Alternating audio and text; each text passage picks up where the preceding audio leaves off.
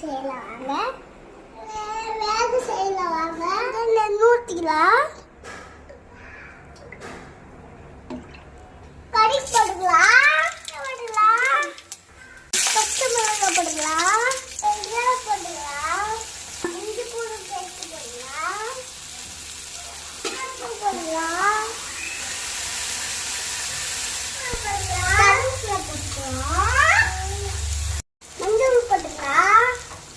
மசாலா போட்டுக்கலாம். உப்பு போட்டுக்கலாம். போட்டுக்கலாம். தண்ணி ஊற்றிக்கலாம்.